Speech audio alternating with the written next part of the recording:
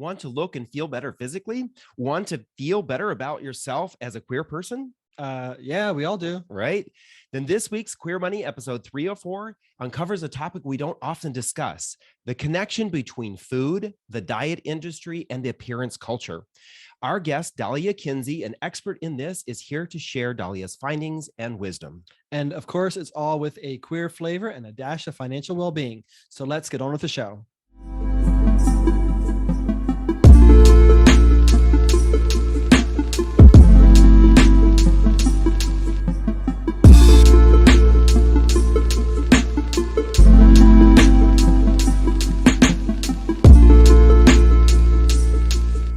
Welcome back to another episode of the Queer Money Podcast. So I'm a little bit nervous, but super excited for the guest that we have on this week.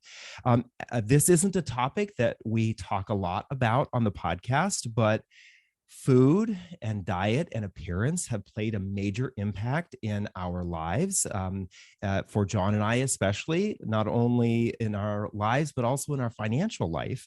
And as we've mentioned on the show before, we believe that the 20% of personal finance, the personal side of personal finance, that can have an overshadowing impact on how we interact with and relate to our money story.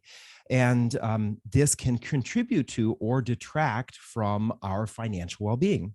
And this week's guest, Dalia Kinsey, has researched the topics of food and diet and appearance, all from a queer and BIPOC perspective, something we don't often see. And this is the primary reason we have invited Dalia on the show. So welcome to the show, Dalia.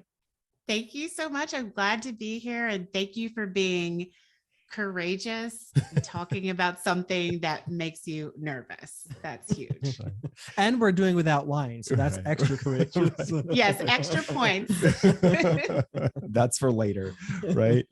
Yeah. So as I mentioned in the outset, that the idea of understanding how diet, especially diet culture, is and food, and how those two combine, as well as our appearance, the desires for appearance and appealing to other people, those can have a big impact on our lives. And that's why we are really excited to talk to you, especially because you have just written a new book called Decolonizing Wellness. And folks, as you're watching, if you're watching on YouTube, or if you're not, if you're listening, I just held up the book. Remember that we give away a copy of the book. In the month that we do this, that we interview someone who has a book, we give away a copy of the book. So make sure you're subscribed to the Queer Money Podcast newsletter, and you can subscribe in the link in your podcast player. So we're excited to talk about your book. So I just have a lot of questions, and I want to be very cautious and very careful here, right? Because I'm only one tiny segment of the queer community. And then on top of that, we are not a part of the BIPOC community at all. So for those listening, and for you, Dalia, please give us some grace if we say some things in a inappropriate manner. I don't think that we intend to do that, but so we will try to direct to you a lot of these questions. But in reading your book, there were so many things that it brought up so many feelings for me about my interaction with food, memories with my family, who I no longer have contact with, and memories with my chosen family that we have together now, all of those kinds of things. So I definitely want to dive into some of that. But the first one I want to kind of comment on, and folks, for those of you who are listening or watching, I truly believe that the intro to this book and the first chapter is a must read for every queer person, no matter who we are, because it addresses so many issues that many of us struggle with from a very, very early age in our life. So please get a copy of this book and at least read that much, because it will make you think, right? So Dahlia, in the intro, it's a nice quick read. It is. Thank you. In the intro, you say, I've come to understand that the stress of being marginalized is as much a larger contributor to health disparities than our eating habits alone, which is, I find interesting, since healthcare can be one of the biggest costs that in life for many folks in our community, but especially for trans folks. Can you maybe explain what you are mentioning here and what you're really talking about, and maybe give us an example or two?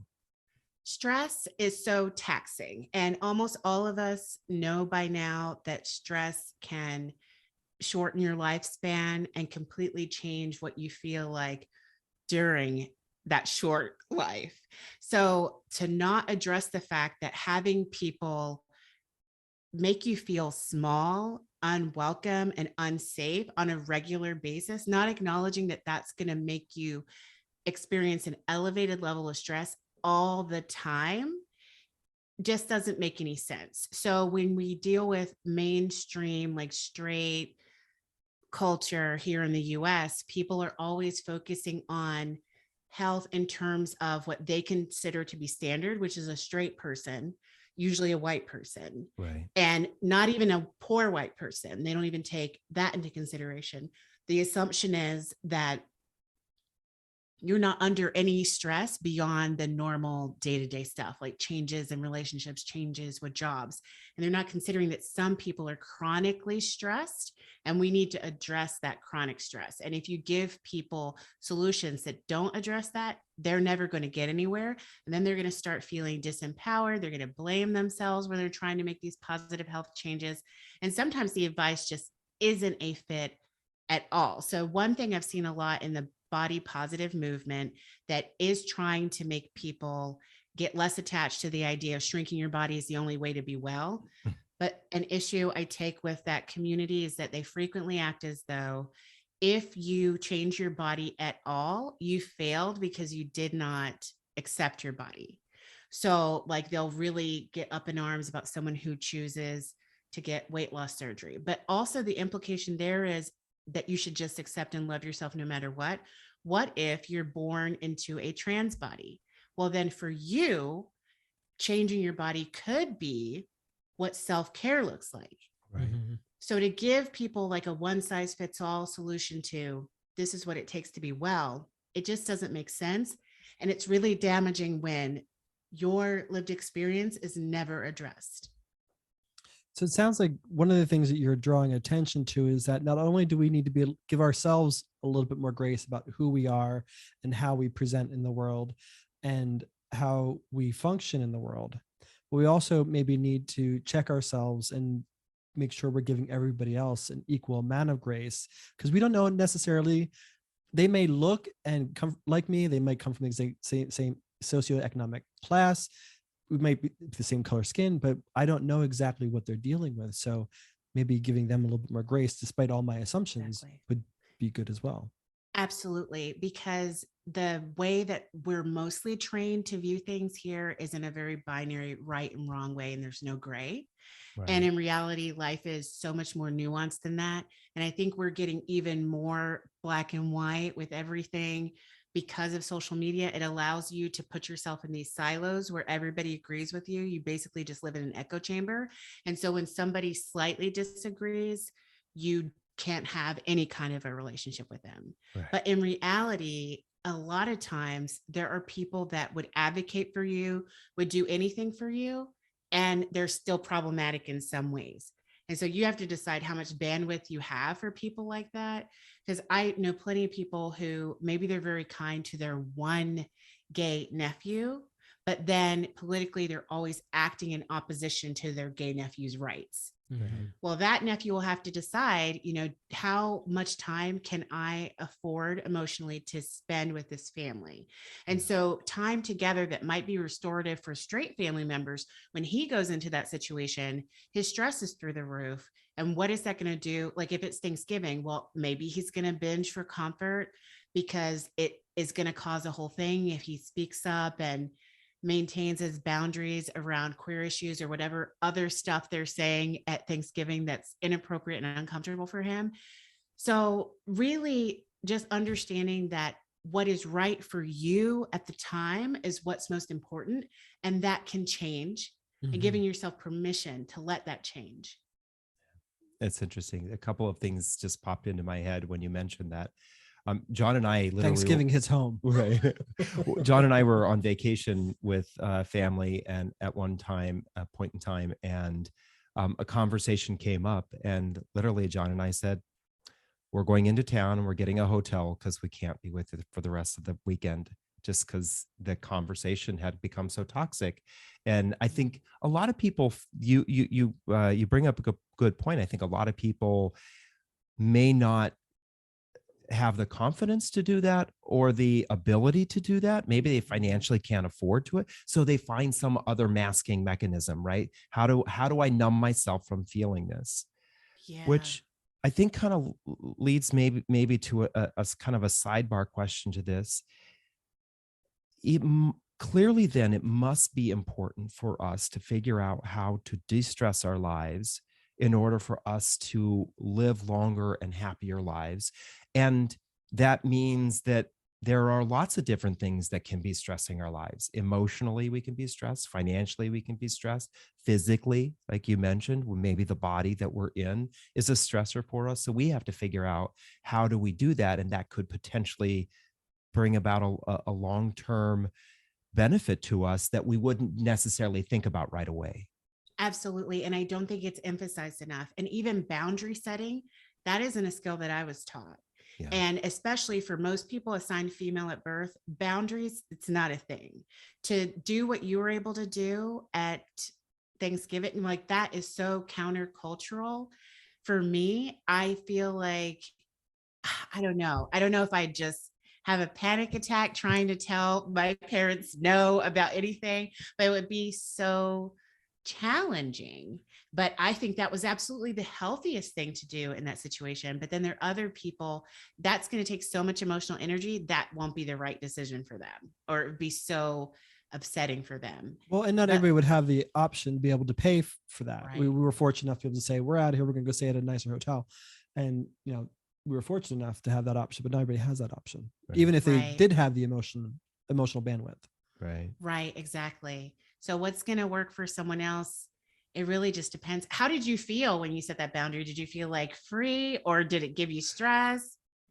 All I remember is we went to the hotel. We went straight to the bar.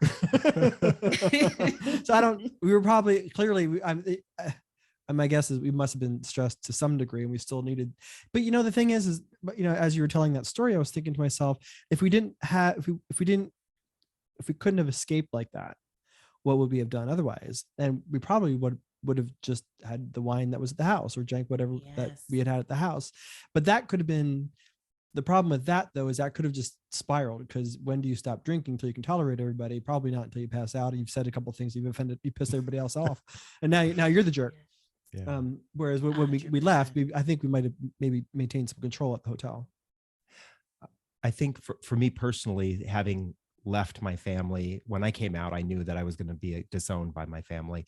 I think there was a little bit of, I already know what this feels like. I can deal with this if the family says, we don't want you guys around anymore, which would be a difficult thing. But what was so surprising about it is I do look back on it and think that there was a certain level of respect that we earned by saying, we can't do this. We cannot be in this place and be treated this way, which I think is an important thing, right? That's an important lesson for all of us to learn. Eventually, if you can set that boundary setting can become empowering to you and show your strength to others. Absolutely. For me, it's definitely been worth it to develop that skill. It really started in therapy, because it wasn't something that I was trained to do. And it also was not something that culturally I see people reinforcing, like at school and public places. Think about in public school. Well, I don't know if you went to public school, but it's all about control, and children are told they don't have any boundaries. Right. You just do whatever the adults tell you to do. Right. Well, you Right. say, this doesn't feel right. I feel uncomfortable. You say you have to go to the bathroom. You need permission. Apparently, that's not how it is everywhere. I saw on TikTok people from other countries, they were mind blown that American kids have to ask for permission to go to the bathroom. We And had to fill everybody- out a card. We had to get a signature. Did you not have the whole pass card? Yes. Yeah. Yes. Or It never occurred to me that sometimes, not everybody had to do that. yeah, if you wanted to take a break from wood shop, you had to carry this big 2x4. to the bathroom. Wow. Wow. They Which is did somewhat put our key on, it was about this big. It wasn't crazy big, but it was that's somewhat a situation. demoralizing because, you Yeah. just have to go to the bathroom. It's a human function that people do several times a day.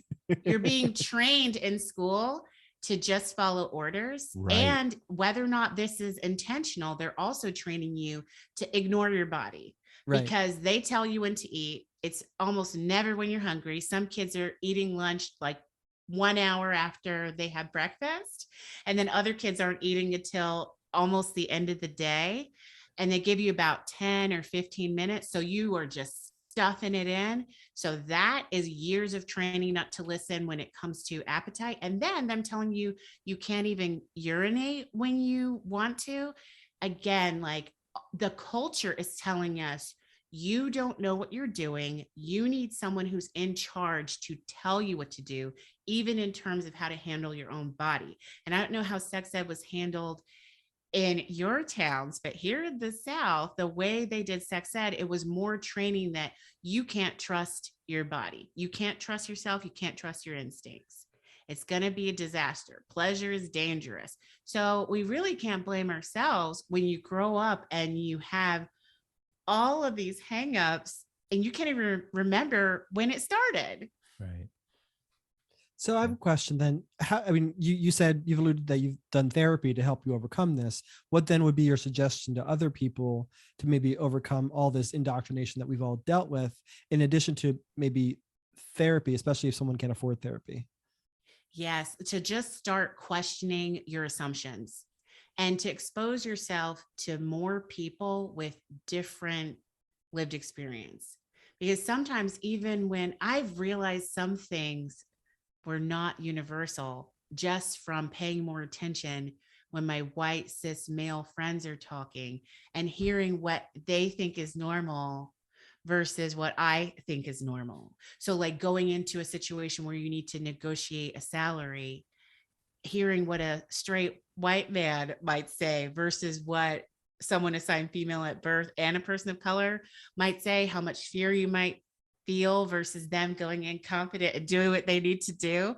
You really need to be exposed to other people to mirror back to you that like there are very few things that are set in stone. Right. Even what we think is right for breakfast, that depends on what part of the country you're from, what country you're from, what ethnic group you're from. So many things are flexible, but you don't even know it until somebody shows you. Because Right. I know for myself, it wasn't until I left the US that I really realized how much I am American through and through, even though I always felt like an outsider, even in America with one non-American parent. But when you go other places and people think bathing with cold water is normal, that's when you realize, oh yeah, I'm American. I'm very American. What country do you bathe with cold water? Almost everybody. People Really? think it's ridiculous that we're wasting energy heating water. They think my we're goodness. wasteful, we're crazy, but I don't want a cold shower. No, Absolutely not. No, I'm there with you. I'm sitting in the hot tub. Yeah. And what I also heard from that was that it's not wrong to have ice cream for breakfast. You know what? Hey, you should really do what you want to do. But I bet if you have ice cream for breakfast for several days, you'll lose interest. That's probably true. Let's see how your body reacts. Well, my doctor just told me I have high cholesterol, so maybe I should not try that strategy. Right. Yeah, maybe not for you. Yeah. But you do have to fit in the things that make you happy. But Right. the question is, when would the ice cream make you the most happy? Because your body probably is telling you, no, thank you for breakfast. Yeah. I don't know. Probably not right after the Not coffee sure. either. I might beg to differ. All right. I want to carry this conversation a little bit further into this idea of what it feels like for folks who are constantly presented with things that are not who they are, right? And one of the things you say in the book, imagine how annoying it becomes to see the manufacturers and the advertisers continually accept your money and fail to offer you equal access to their products and services. So first of all, we 100% agree. And I will say, folks, next week on the podcast, we have Tanya Hester, and we're going to talk about this topic of wallet activism a little bit more. But the question I have for you, Dahlia, is for consuming from small and local establishments that may be very vocal about supporting us, may be beyond the financial abilities of some folks, right? So do you have any suggestions for people who feel like this, right? I feel like the manufacturers or the service providers don't speak to me and don't maybe where I live in the country, the size of town I live in, right? All of those kind of factors. Any suggestions you have for folks? You know, even if you can't afford to spend money with a queer business or a BIPOC business or a local business, you could still be a cheerleader for that business. You could probably look for opportunities to push other people that way. Maybe if you're making purchases through your job, you can suggest that they look at different types of vendors. And sometimes if you actually ask the local business owners, like, what could I do to support you? They'll have all kinds of ideas. Maybe you don't have any money to share with them, but maybe you have event space, or, you know, maybe you can collaborate in some other way. Really just asking people. That's the thing. It requires one-to-one communication a lot of times. And we're so busy and we're so used to trying to do everything like en masse that actually having one-on-one human contact just doesn't feel intuitive sometimes. But this year I decided I was only going to spend money with LGBTQIA+ and BIPOC businesses unless I couldn't find it, right? And just that intention has completely changed my perception of how many options I have. I have found salons and even grocers that I did not know were queer owned or Black owned, or, you know, anybody else under the bigger umbrellas. And it hasn't been that much more expensive. I thought it was going to be, and I've had some extreme improvements in quality with some of the things. Nice. So for me, it's really just been having the intention, and then you'll be looking for opportunities, and whatever's going to work for you and your budget is going to pop up. Yeah. So I'm curious. I saw because of Black History Month, somebody posted somewhere, Facebook, Twitter, whatever, I don't know, whatever, something about the encouraging people, readers, to support Black-owned businesses. And somebody commented on that thread saying, "Why does it even matter?" And I was like, because, stupid. But do you have a a smarter way to articulate that? Why that's a total mom and dad response, right? Because I said stupid. Do you have a smarter way to articulate the value of supporting Black-owned businesses, BIPOC-owned businesses, queer-owned businesses? Yeah, I really think it's a question of equity, not equality. And I think this is where some people are getting confused. They're thinking that everything should be equal. You shouldn't treat anybody differently. We should be colorblind, blah, blah, blah. There's nothing wrong with being different. Diversity is beautiful and beneficial. We should celebrate it, not try to ignore it. And we also need to acknowledge the reality that some people are starting off in their business several steps behind other people. So if you had access to generational wealth, and a lot of people I know living in the South, it's a very interesting situation because white people are a huge part of your life down here. We're not nearly as segregated as like northern states, even though they think they're less racist, they're mistaken. And in the middle of the country, it also seems like there's not as much of an integrated situation going on. So I know a lot of white folks who do not think of themselves as having access to any generational wealth, but they are taking for granted how some of us are starting with absolutely zero. Like if your parents were able to give you any help to go to college, if your grandma left you a house that the roof's falling in, it doesn't matter. Did she leave you something? Like even small things like that, that's generational wealth. That could be something you can liquefy and use it to help you start a business. Mm-hmm. So a lot of times when you see a Black-owned business, this person has had to learn how to do everything themselves in order to get it started, because you didn't have money to hire a copywriter. You didn't have money to hire an editor. You didn't have money to hire somebody to help you with marketing. So it could have taken you years to do what somebody else with cash flow could have done right out the gate. And since we are also more likely to be denied loans, even if that's the route you wanted to go, you may not be able to do it until you can bankroll your, entrepreneurial operation yourself. So when you prioritize helping Black business owners, that's trying to help the most vulnerable and trying to help bring people up to a level where they're equal with their competition. And there's no shortage of white customers in the United States that would prefer to shop with white people, even when people don't want to admit it.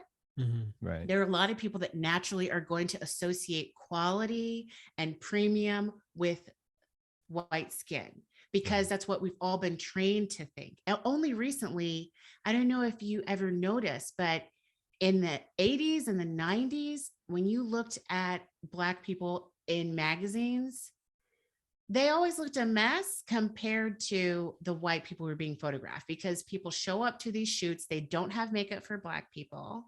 They don't know how to light you correctly. So you always look like a janky version of what everybody else has. And only recently do I see people really providing equal services with the makeup and the photography. And so I'm just realizing here in the 2000s that we've always been just as glam. We didn't have the same resources. It's so funny you bring that up, because John and I just got done watching a series that did, it was on HBO, and it did decades. So it was like, I think they did the 40s and 50s and 60s and 70s and 80s. And I can't remember if it was, I think it was when they got to the 90s, I think it was in the 90s when Vanessa Williams won the Miss America pageant.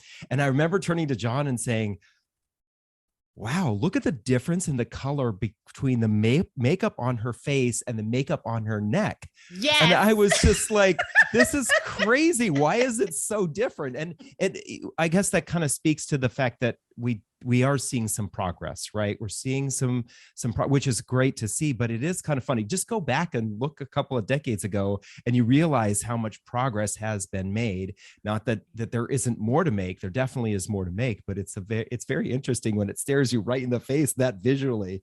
Yeah, the things that people don't notice, it's so funny. I'm friends with a lot of people who are active, they're allies, they're always doing anti-racist work, but all the time they're surprised when I share something about like the reality of my life that they never considered. Like even going to the bathroom and trying to use the water faucet, a lot of times it won't turn on for me because they designed it for white hands. Really? And I thought it was heat censored.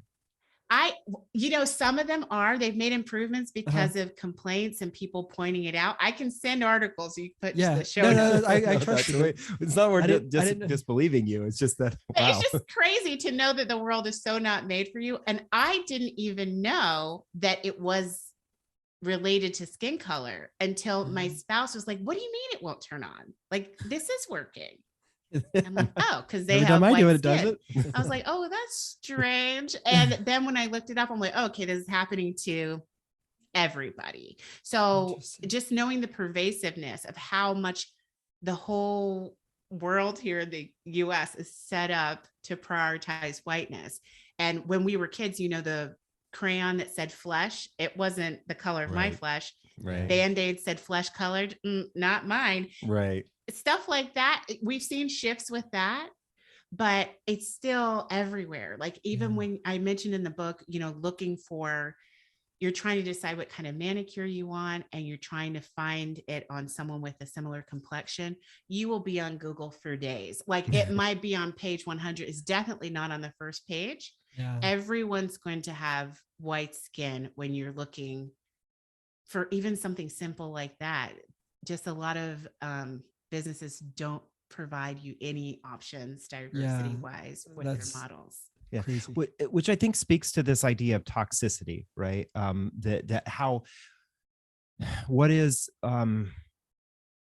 normal and natural for one person can be toxic for another person. And one of the things that you share in the book is it became apparent to me how powerful using eating as an activity we engage in multiple times a day, every day, as a tool for untangling toxic internalized messaging could be. So we haven't talked a lot about the food aspect of this, of your book yet. Can maybe kind of explain what you mean by that and give us some examples, because I do think that almost every single one of us can give an example of where we've been or felt like we're in a toxic environment or have seen something toxic. We can talk about toxicity and other things a little bit later, but give us an example of what you think of how we can use food as a way to heal that, what maybe, and without it being the crutch, right? It's because I think there's a balance there, right? Yeah, I'm in the book, I'm framing it as a trigger that you can use for mindfulness and pointing your attention inward to see what do you really want, and learning to restore that trust that you know what to do, that you don't need to ask someone else. You don't need to ask somebody, how many times should I breathe today? You don't need to ask somebody like, who should I date? You already know what you want to do.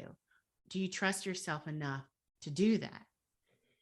You see all the time people realizing after years of research that the more we got involved with something, the worse we made it.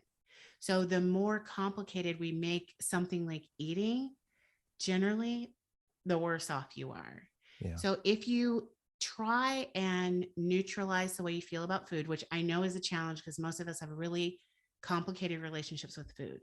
Mm-hmm. But if you try it as an experiment that you want to see, when does my body feel satisfied? And what happens when I keep going and I ignore that? What do I want to do differently the next time I eat? A lot of times when people are thinking about being good or being on a diet, if you change something about your diet or you deviate, you say, oh, well, I'll start tomorrow. You just like do whatever. Nobody for the rest starts of the a diet on Sunday. Wait until right? Monday. Or you're like, oh, Monday. And it's just like in the meantime, you basically eat as though you'll never get to eat again. Mm-hmm. And you stay in a scarcity mindset. And you are a little fearful about, well, what am I going to feel like? I don't want to be uncomfortable when the dieting starts. So it is kind of this fear-based thing that we do when we binge until Monday. And then inevitably, a couple of days later, or hell, maybe Monday afternoon, you deviate from your plan again. And it's like this shame spiral, and you feel like you can't trust yourself. You can't trust your desires. And, oh, my cravings are out of control. And it just really creates a contentious relationship with your own intuitive, relationship with food. Right. And so if you can change your relationship with food or your relationship with desire and appetite, you can change your relationship with yourself just naturally. That routine of trying to hear what your body is saying. Right. When we were talking before the interview, before the podcast started, one of the things I mentioned was that there was, I think, a little bit of shame, right? And you kind of, your eyes, kind of perked up when I mentioned that. And I think that this was one of the points that I was maybe feeling a little bit of shame about, because John and I have, for whatever reason, in the last year and a half during the pandemic, I think especially, we just have become so accustomed to sitting down and eating, even the food that we prepare ourselves. We sit down and eat in front of the TV, and we just miss the whole meal and the appreciation for the whole meal and the signals that our body is giving us while we're eating, good signals for the food when we appreciate it. The signals that you've had enough, we're missing all of those signals, right? Because we're just consuming. And so we've recently started having dinner and lunch, more of our meals, not all of them, but more of our meals at the dining room table, right? Because I'm the kind of person where I would sit down and eat 20 cups of popcorn pop popcorn in one sitting and never pay attention to the fact that my body for the last 10 minutes has been saying that's enough, need to put it down. That's going to be a hard one to break, because typically I eat popcorn in front of the TV. So yeah, it's funny too how habit and just location will trigger eating. We eat for so many different reasons. So it could be routine. And sometimes, even though you hate to tell people this, sometimes you just have to accept that it's going to be uncomfortable while you're trying to change the habit. Mm-hmm. But the payoff is worth it. Just like with the boundaries, it's uncomfortable when you start trying to establish and maintain boundaries, but it really pays off in the long run. But it isn't easy. If it was, more people would do it. Right. I think we've all created a baseline of homeostasis for ourselves, whether that's good for us or not.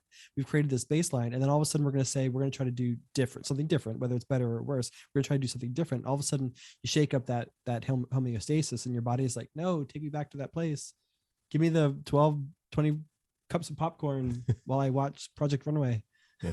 And almost everything we do, if you find yourself really having trouble letting go of something, it's doing something for you. Yeah. So what is it doing though? Right. That's the question. Exactly. Yeah. So you have to question, like, what is the thing that I need, that I'm getting from this experience, that might also be hurting me, or I just want to stop it because it doesn't feel mindful. What do I actually need? Like, do you need comfort at the end of the day?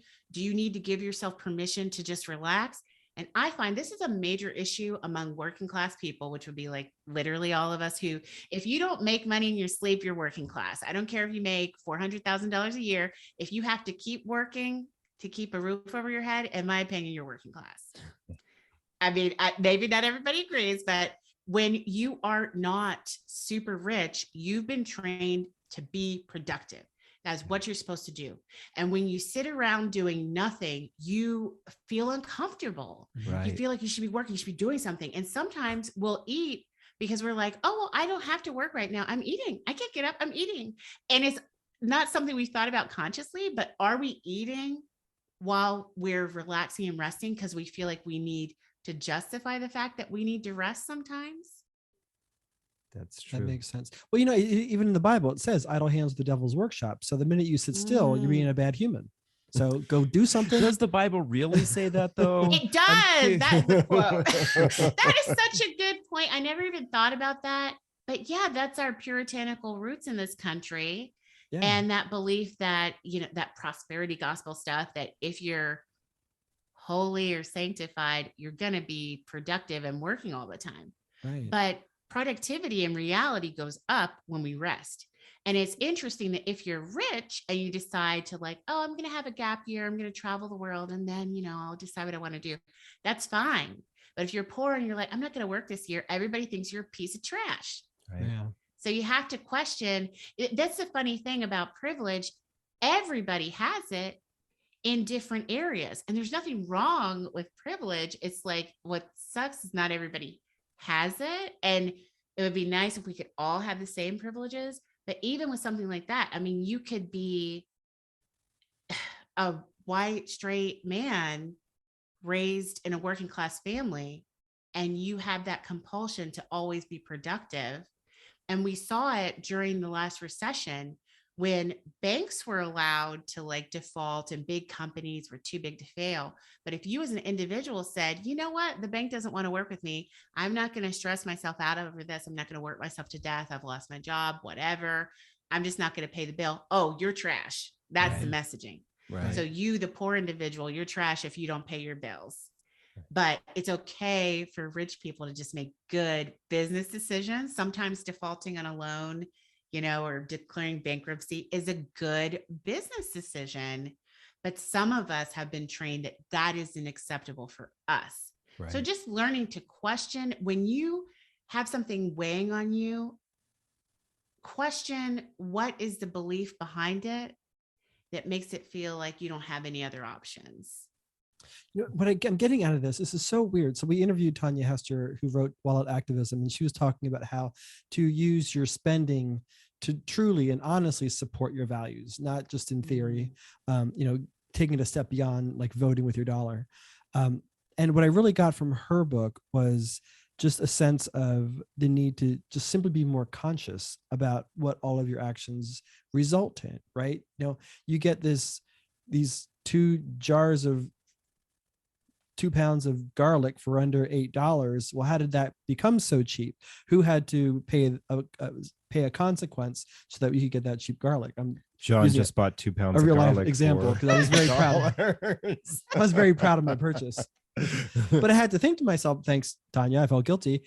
How did this garlic get so, I mean, it came to be minced. It's all ready to use, right? So how did it get so cheap? Who had to pay the price to make this so cheap for me? So what I'm getting from what you're saying is simply being more conscious about why are you doing the things you're doing, sort of asking yourself the question of why am I doing this? How is this making me feel? What am I actually searching for? It's amazing what a difference just mindfulness makes, because that's mindful spending and eating mindfully. It's ridiculous how simple it can be. Just setting an intention, just trying to look at it. You're not trying to change, you're just looking at it. It's interesting, even when you do research, if you tell someone you're studying them, their behavior almost immediately changes. Right. And even if it's unconscious, people will start doing what they think you want them to do, or they'll start at least trying to do what they think you expect of them. Like they don't want to seem strange or unacceptable. And we're just wired that way. So if you just decide, I'm just going to write down what I'm feeling before I'm eating, or I'm just going to write down what I spent this week and why, and where did that come from? Yeah. And I love that you said who had to pay the price, because in reality, somebody did.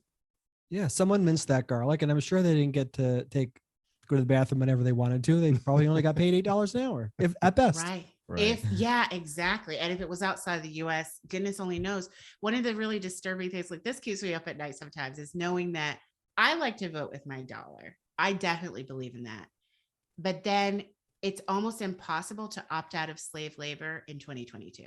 Right. Like our phones, everything. Yeah. So I think we have to balance personal accountability with the fact that some things are systemic, and not make ourselves wrong for doing the best we can in a whack system. Right. Yeah. Well, Like, that we was can only Tanya's do so argument much. as well. Those of us who aren't part of the 1% of the 1% shouldn't feel so guilty because we didn't really create these structures. We can't really break them down. Those who are more responsible, or those who have more and who have created these systems and have the money and the power to be able to change them. But I say to David all the time, everybody talks about, how they got their cheap phone, but how do they think they got that phone so cheap? That phone is really expensive. There's a lot of technology in there. How did it get so cheap for you? Somebody's paying the price for that. Right.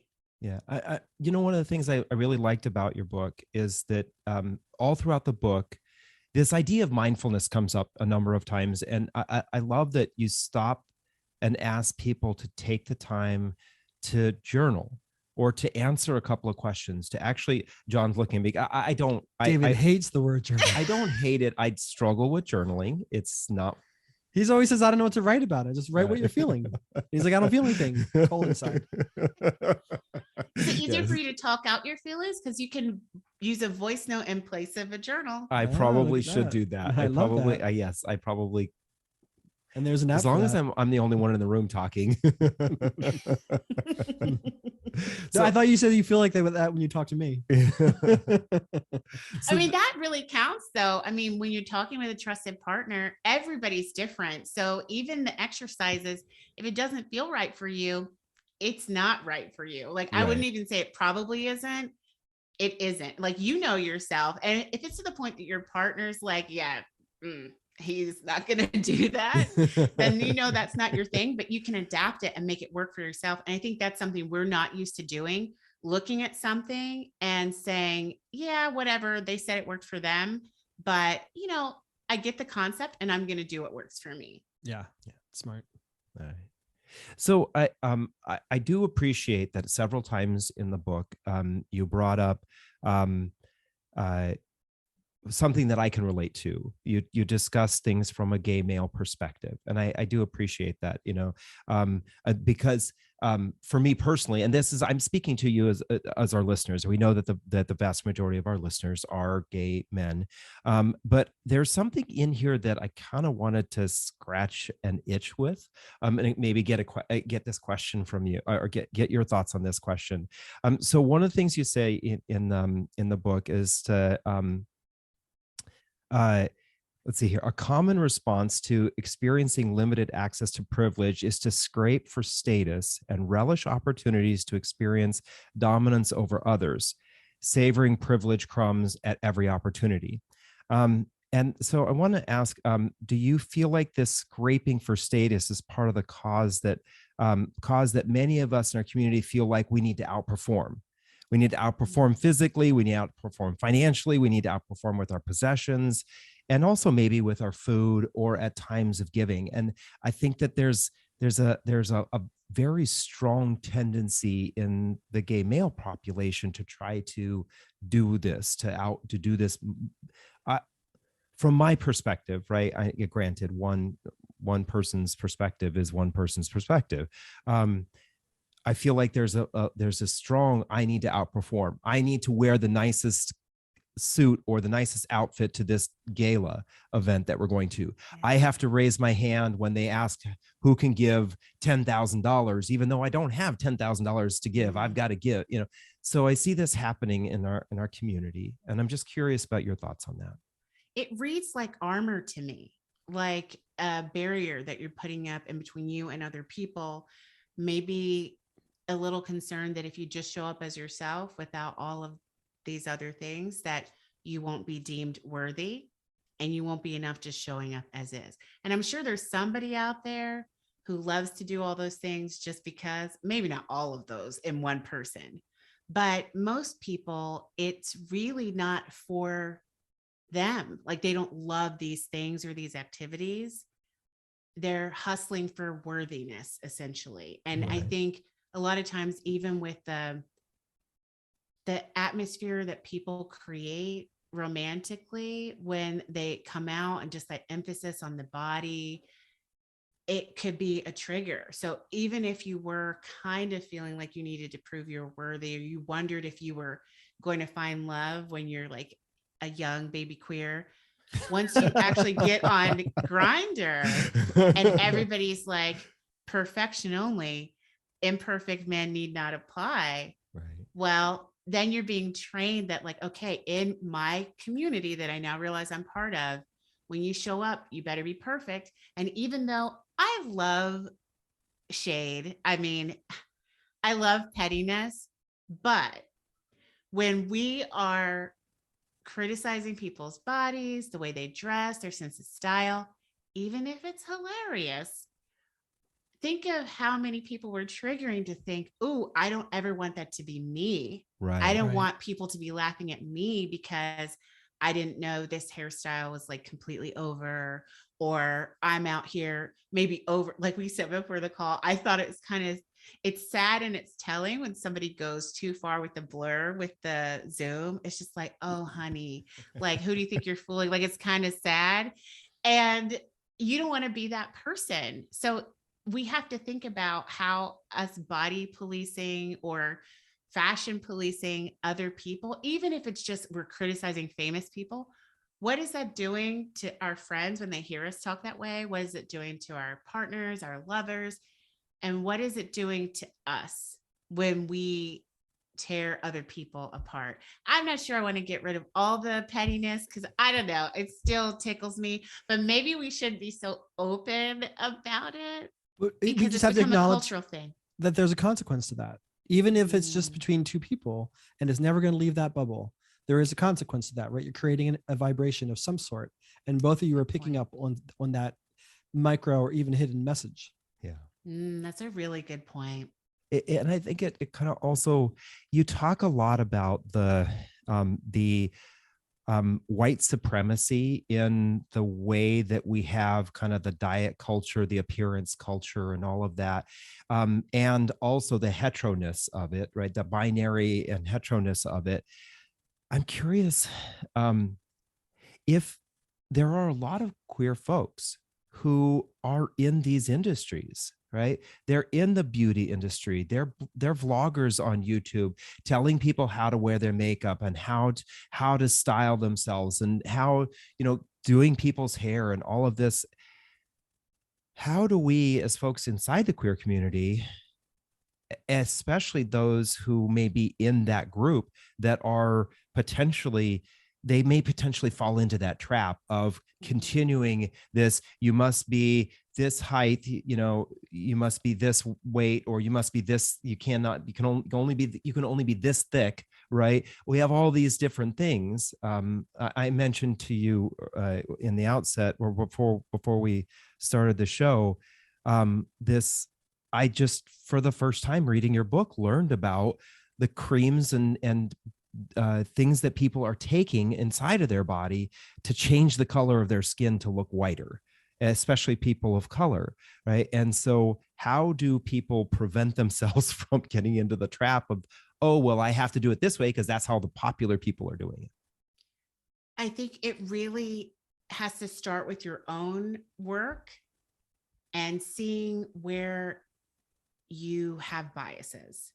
Like if you notice that, let's say you only date men who are very muscular, question, like, where does that come from? Is it really possible that the only folks out there that could be a great match for you all look the same way? Like, what are the chances that someone's outer shell is really telling you this is a person for you?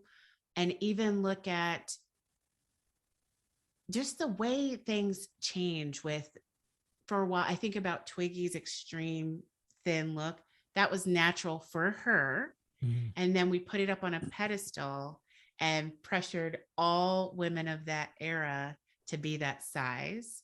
And now we have everybody getting like Brazilian butt lifts and everything and going in a more Kim Kardashian direction. And again, well, that's actually not natural for her, but still everybody leaning in this direction. You may not question the trends, but we need to question the trends. And then also question, if you're working with an individual client or if you're creating content, are you reminding people to also consider themselves and their individual body? Like I remember having my eyebrows overplucked, just to the point that some of them didn't grow back in the 90s. Remember how everybody just had like those ridiculous little pencil brows? And nobody I'm sorry, I wasn't paying attention to women in the 90s. I was looking at all the men. I don't remember a whole lot of men doing that, but I'll trust you. I never even thought about that. I guess the guys never had to do that, but you didn't question, like, is this right for my face? Right. Is this right for anybody's face? Right. But especially like, is this going to work on my face? If you are giving people one size fits all advice, if you're telling everybody like this is the best, or you find yourself constantly ridiculing people who are a little chubby or, disheveled, or if you never feature anybody who is disabled and you never look at older people who are beautiful, but their hair is gone all white and you're focused on just young and thin, and you just really have to look at your own bias. And sometimes it helps just to look at the work that you've done. This was a crazy thing that happened to me. I'm on my second podcast now that is it is aligned with my values. But my first 10 interviews, I had already said, I wanted this to be a welcoming space for everybody. But I was looking at all of my guests and everybody was white. And I'm like, how did I do that? And I didn't notice. Right. So really, we just have to pay more attention. And like we've been saying with everything, be more mindful about everything that we're doing. Well, and I think your example is a great example, because we've made the same mistake too, right? Every now and then we send our blog out to folks and like, give us your immediate first thoughts about that. And inevitably, when we send the blog out and we ask for the feedback, we just happen to not pay attention. And the last 10 or 12 posts were all of white people. Even though we try to be very cognizant of trying to be inclusive, every now and then we fail. But I think we also need to be, you as well as us and everybody else needs to give ourselves a little bit of grace, because we've been all told by marketers, especially since the 50s, this is what perfect looks like. This is this little box, and we all need to fit into it. And if we don't fit into it, we need to try to appeal to that environment. And so all of us have been somewhat indoctrinated that this is this myopic perspective of happiness and wealth and health and all that stuff. And so we just kind of, even though we're part of a minority community, we sometimes make that same mistake because we've been conditioned as well. Yeah, I see all the time how queer couples will keep holding themselves up to heteronormative standards. Yeah. And just constantly comparing themselves. So it's like, we don't have to do that. If you've done all the work to come out, you don't have to keep doing that. Yeah. And if you're not super mask, you don't have to pretend to be. Like, there's some people who really play down their own femininity because, you know, they've just been trained, like all of us, to not respect femme presenting things and people. I do have a question though about that. Excuse me. For especially, I think for folks who did not grow up in a large city, where there were queer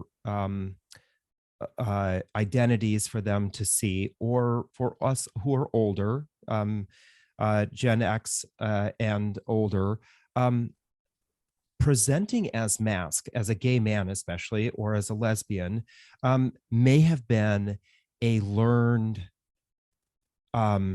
safety mechanism, right? This is me protecting myself. The more masc I could present, the less likely I was going to be beat up in school, less likely I was going to be called names in school, the less likely that my parents, my extremely religious parents, would even suspect that I'm gay, right? So but that started for me when I was 6 or 7 years old. How do I now at 52 start unwinding that? 51. Oh my God, I just gave Slow down, an Girl extra Scout. year.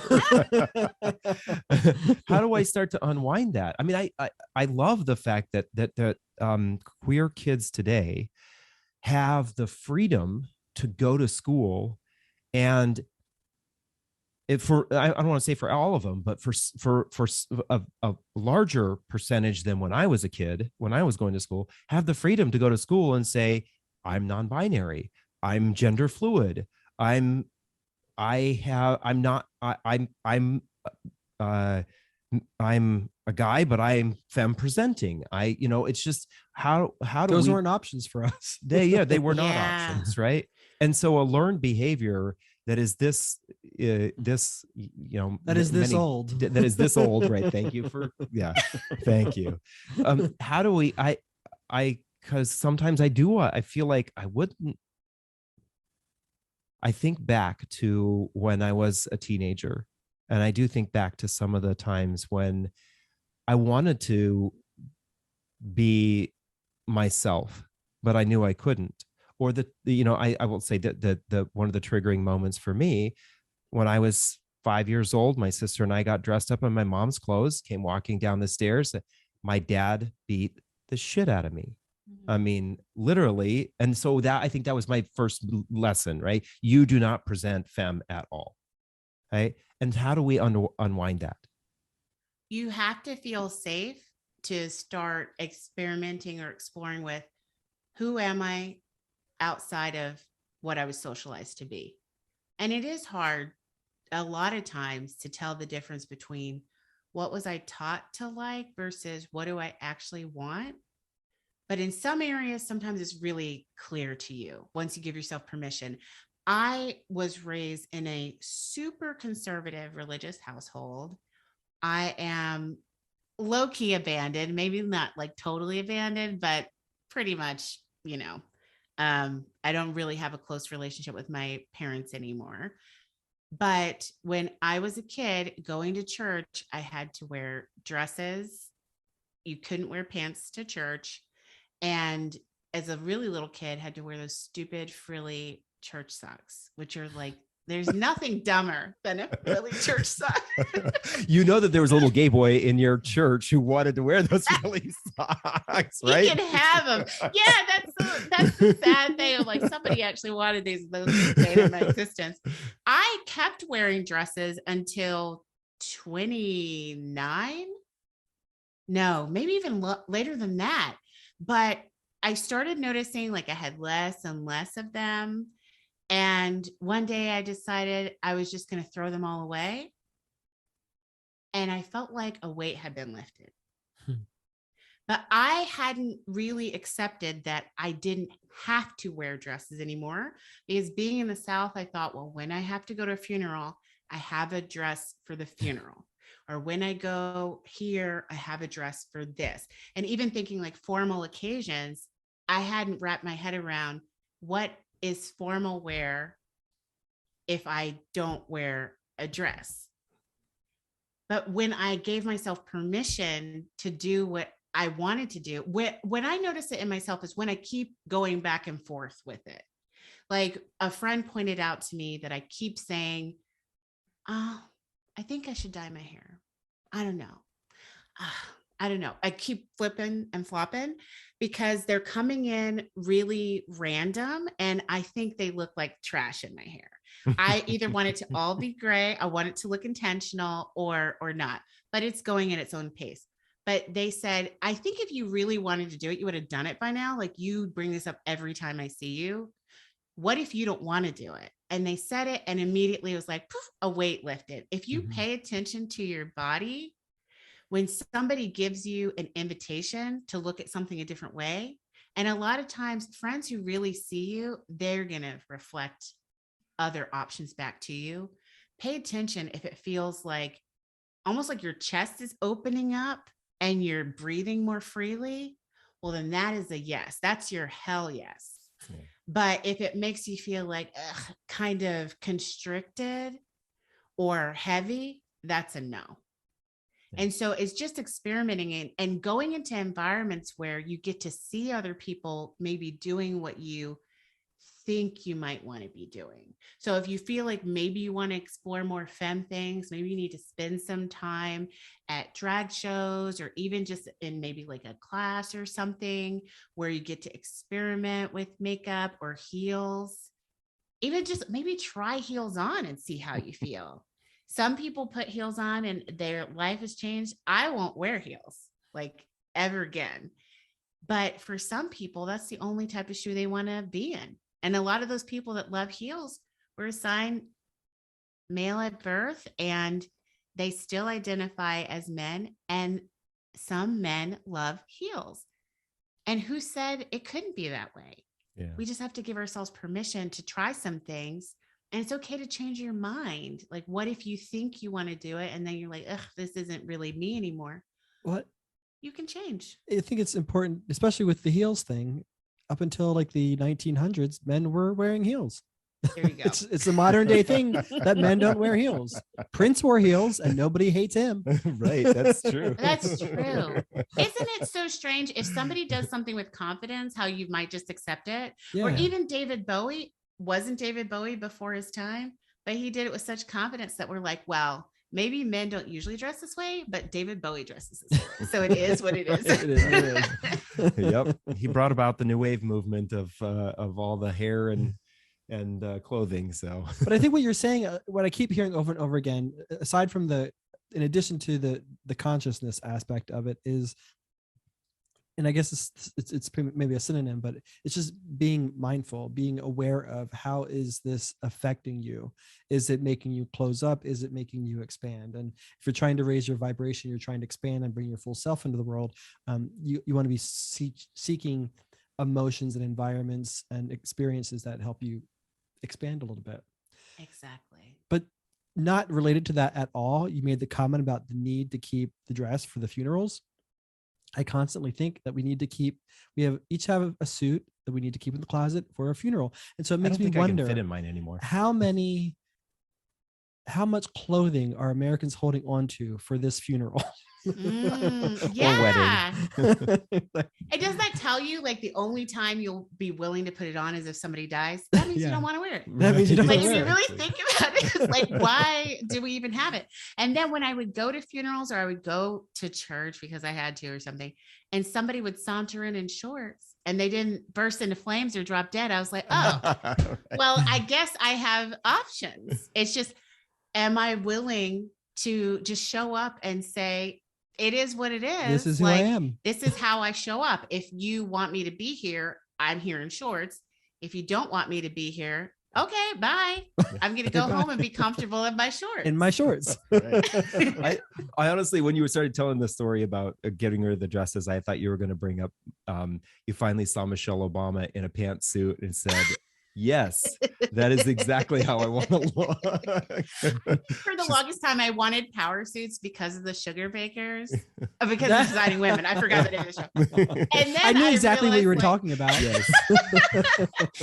like I finally realized I don't want to wear the suits, but this is just the idea that I had of like a cool, progressive, like feminist, but not abandoned by their family type of assigned female at birth person. Yeah. And I thought, oh, that's the pinnacle, is the power suit. And then I realized like, oh no, I can just wear, mostly I just want to wear quarter zip ups and sneakers pretty much. No more power suits for me. Yeah, that was one of the liberating aspects about leaving corporate America. And I told David, I don't ever want to have to wear these business shoes again. Yeah. I want to wear cool shoes, flip flops or sneakers, or not these horribly uncomfortable shoes. Yeah, they're the worst. It's just funny though how some people, they just feel like trash when they put sneakers on. And they just can't wait to get dolled up, and I don't understand it, but they should do what feels right to them. Exactly. Right. So I think we've maybe covered 3 or 4 of the questions of the, I think 15 topics or questions that I sent to you, which I think, folks, this conversation has gone back and forth between specific stuff that Dahlia covers in the book. And I think the kinds of discussions that this book can elicit, in not only in your mind, but also with your friends. And I think that's kind of the important point you're bringing about here, right? Or you want us to be thinking about, is we need to open up our minds a little bit to seeing what it is that we have maybe been trapped in by the hetero white society that we are conditioned to living in, and then maybe some of the traps that we have put in ourselves in because of the society we live in, right? And so I would love, I said to John, I know this interview could probably go on for 2.5 hours, but I know you all won't listen to us for 2.5 hours. It's not a Tim Ferriss podcast. That wouldn't be fair to any of you. So I definitely want folks to read, especially read that intro and first chapter. But I want to ask, where can folks find this book? Where would you prefer that folks go out and buy this book? Direct from the publisher, it's Ben Bella, or if you just go to daliakinsey.com/book, just about anywhere books are sold, you can get it. If you have a small bookstore near you, like a locally owned one that you want to support, you could just ask them to get it in stock if they don't already have it. And you can even request that at the library. If you're not in a financial position to buy the book, you can go to the library, and if they don't have it, ask them if they can get it in. Definitely. Nice. Thank you. Yeah, just a reminder, folks, we will be giving away one copy of the book when in March, this month when we release the episode. So if you're not on our email list already, get on our email list, and we will send out an email letting people know that they can get that option. We'll draw a winner from those who respond that they want a copy of the book. Dahlia, it's been a pleasure having you on. Absolutely. We'll have to have you back. Stay more focused. I would love that. It's always nice and somewhat scary to have somebody come along and say, you need to look at things in a slightly different way, or maybe you need to screw your head on backwards because you're not seeing what's going on behind you. And I think that that's part of what this book did for me and why I loved it so much. And so I appreciate you coming on. We thoroughly love this book and we want others to read it. Where can folks also follow you and find you on socials, on your site, all of that kind of stuff? You mentioned. Really, LinkedIn is the only social media I'm actively using, Okay. but you can always email me if you visit daliakinsey.com and you decide you want to be there when I do a book reading. Then you can join the mailing list. If you reply to that, it comes straight to me, or you can just email me hello@daliakinsey.com. Awesome. Thank you so much. We appreciate you being on the show. Absolutely. Thanks for having me.